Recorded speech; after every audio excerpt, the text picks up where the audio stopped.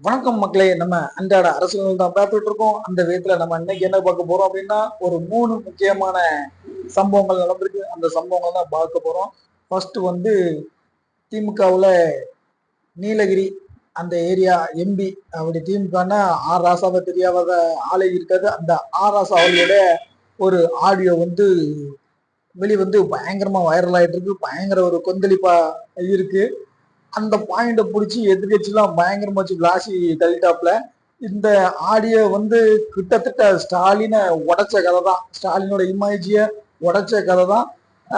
திமுகவுக்குள்ள நடந்த பல்வேறு கூத்துகள் அவருடைய சொந்த வாய்ஸ் மூலமா வெளிவந்ததாக, அவர் வாய்ஸ் மூலமா வெளிவந்த டிஸ்கிளைமர் போட்டு விடணும். அது வந்து அவர் வாய்ஸ் மாதிரி இருக்கு அப்படிங்கிற டிஸ்கிளைமர் போட்டு விடணும். அந்த மாதிரி அவருடைய வாய்ஸ் ஒன்று வெளியே வந்திருக்கு.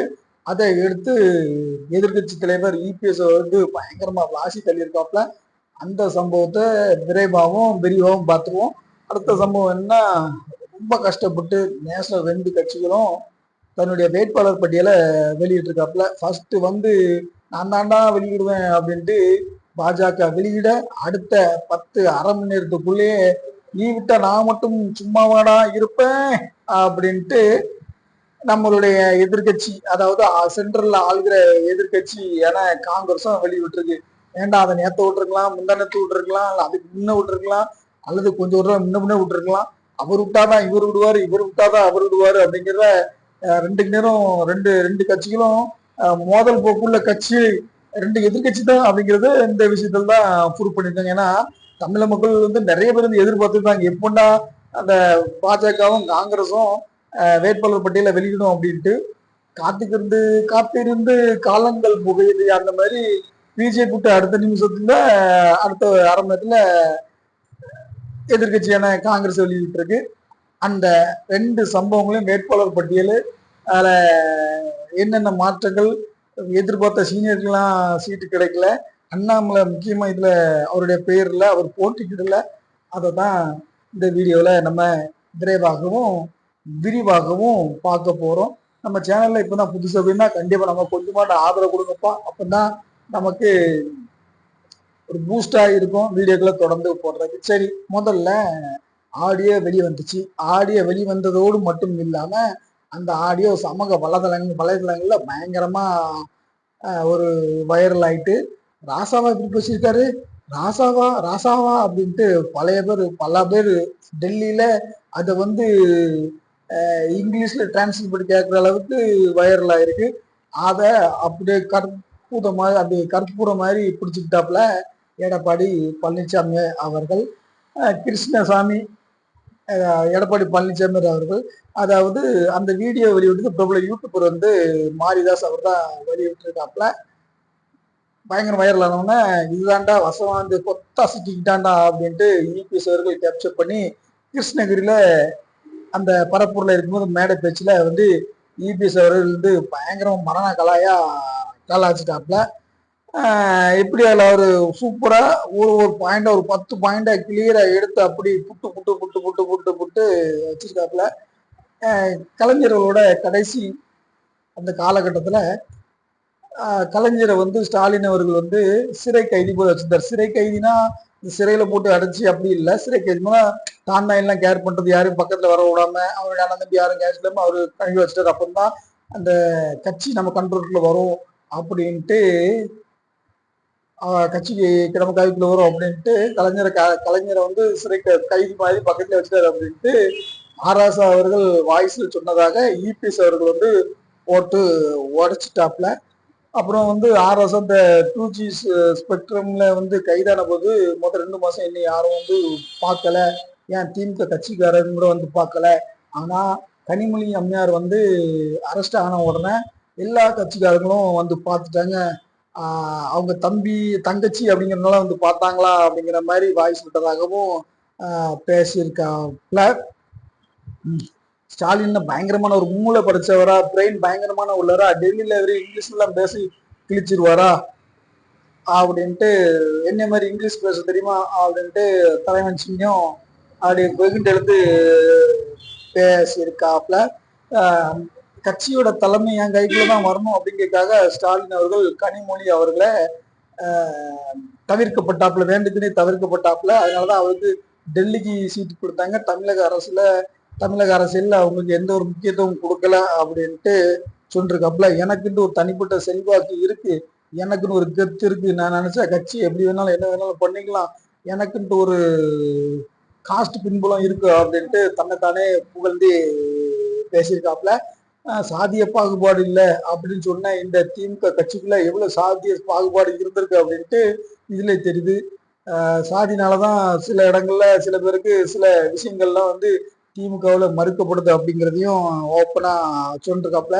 கலைஞர் டிவிக்கு, அந்த கலைஞர் டிவிக்கு எவ்வளவு பணம் பண்ண எனக்கு தெரியும், நான் சொல்லவா அப்படிங்கிறதையும் தன்னுடைய அந்த வீடியோல அவர் பேசப்படுறதா சொல்லுகிற அந்த வீடியோவில் இந்த மேட்ரிக்லாம் வருதுப்பா. அவர் பேசினான்னு சொல்லல, அவர் வாய்ஸ் நம்ம சொல்லல, அவரோட வாய்ஸ் மாதிரி இருக்கிற அவர் பேசப்படுற அந்த இருக்கிற அந்த வீடியோ வைரல் ஆனதாகவும் அது இந்தந்த மேட்ரு தான் அப்படின்ட்டு இபிஎஸ் அவர்கள் ஸ்டேஜில் சொன்னது தான் நம்ம இப்போ வந்து சொல்ல போகிறோம்.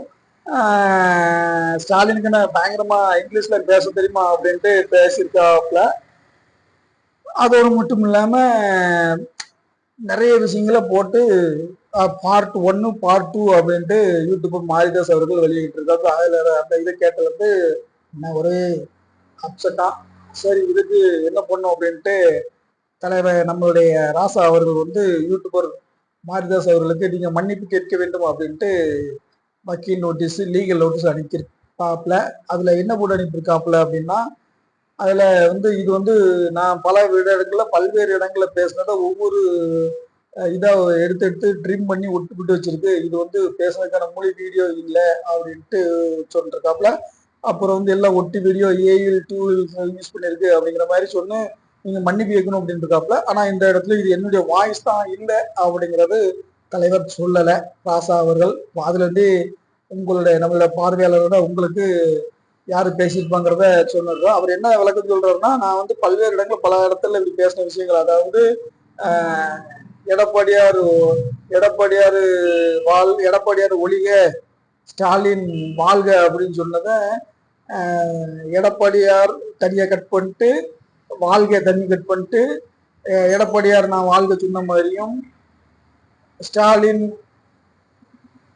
தனியா கட் பண்ணிட்டு ஒளிய தனியா கட் பண்ணிட்டு எடப்பாடி ஒளியா சொன்னதை கட் பண்ணிட்டு இதை வந்து தனியா கட் பண்ணி இப்படி மாத்தி ஸ்டாலின் எடப்பாடி வாழ்க அப்படின்னு நான் சொன்ன மாதிரியும் ஸ்டாலின் ஒளிக நான் சொன்ன மாதிரி அப்படி பல்வேறு இடங்கள்ல பேசின ஒவ்வொரு சின்ன சின்ன சின்ன சின்ன பாயிண்ட்களை எடுத்து ட்ரிம் பண்ணி கொடுத்துருக்காங்க அப்படிங்கிற மாதிரி அவர் வந்து ஒரு ஒரு கதையை சொல்லிருக்காப்புல. அதனால நீங்க மன்னிப்பு வைக்கணும் அப்படின்னு இருக்காப்புல. ஆனா மாரிதாஸ் அவர்கள் தரப்புல இருந்து வந்த அந்த வீடியோல மன்னிப்பு கேட்க முடியாது, இது வந்து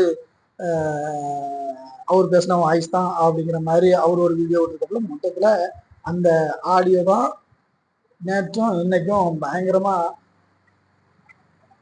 இணையதளங்களை கலக்கிட்டு இருக்கு. இது அரசியல் எந்த விதத்துல தாக்கத்தை கொண்டு வருன்றது நமக்கு வர டைம்ல தான் தெரியும். ஆனா இந்த பாயிண்ட அருமையா கேட்ச் பண்ணி எடப்பாடி பழனிசாமி அவர்கள் 6ரும் 4ரும் அடிச்சு கலக்கியிருக்காரு அப்படிங்கிறதான் நம்மளுடைய ஒரு பார்வையா இருக்கு. அடுத்த வீடியோவா பாஜக பயங்கரமா ஒரு முற்றல் மோதல், உள்கட்சி பிரச்சனைகள், அண்ணாமலை வெர்சஸ் நயனார் பிரச்சனையா அப்படிங்கிற அந்த பிரச்சனை எல்லாம் தீர்ந்து எடுத்து ஒரு வழியா பாஜகவோட வேட்பாளர் பட்டியலை வெளியிட்டாப்ல. அதுல வந்து அண்ணாமலைக்கு சீட் மறுக்கப்பட்டதா அல்லது அண்ணாமலைய சீட்டு எனக்கு வேண்டான்னு சொன்னாரா அப்படிங்கிறது தெரியல. ஒட்டுமொத்தத்துல அண்ணாமலை அவர்கள் வந்து இதுல போட்டி இடவில்லை. அதே மாதிரி பல நாட்களுக்கு அப்புறம் பல போராட்டங்களுக்கு அப்புறம் காங்கிரஸ் அவர்களும் தங்களுடைய அந்த வேட்பாளர் பட்டியலை இறுதியா வெளியிட்டாங்க. அதுலயும் மோஸ்ட் சீனியர் யாருக்குமே கிடைச்ச மாதிரி இல்லை. ரூபி மனோகரனும் காங்கிரஸ் கட்சியோட தலைவர் செல்வப்புறன் தான் அதுல தெரிஞ்ச முகமா இருக்கு. அது மாதிரி விளவங்கோடு காத்துப்பட்டு அதுதான் தெரிஞ்ச முகமா இருக்கும். மற்ற எல்லாமே புதுசா ஒரு பட்டியல தான் கொடுத்த மாதிரி தெரியுது. இந்த பயங்கரமா பேசின ஆட்கள்லாம் டிவி கேடு சேரணும், அங்க சேரணும், இங்க சேரணும் அப்படின்ட்டு வைரலா பேசிட்ட தலைவர்கள் யாரும் இந்த பட்டியல்ல வந்த மாதிரி தெரியவில்லை. ஒட்டுமொத்தத்துல ரொம்ப ரொம்ப ரெண்டு கட்சியும், ஆளுங்கட்சியும் ஆண்டு இருந்த கட்சியும் எதிர்கட்சியும் சென்ட்ரல்ல இருந்தவங்க ஒரு வழியா வேட்பாளர் பட்டியலை வெளியிட்டாப்ல. ஓகே மக்களே, இதுதான் நம்மளுடைய இன்றைய அரசியல் கலநிலவரத்தில் இன்று நடந்த சம்பவங்கள். மூன்று தரமான சம்பவங்கள் உங்களுக்கு நம்மளோட பார்வைப்படுத்திட்டோம். மீண்டும் அடுத்த வீடியோவில் உங்களை சந்திக்கிறோம். நன்றி, வணக்கம்.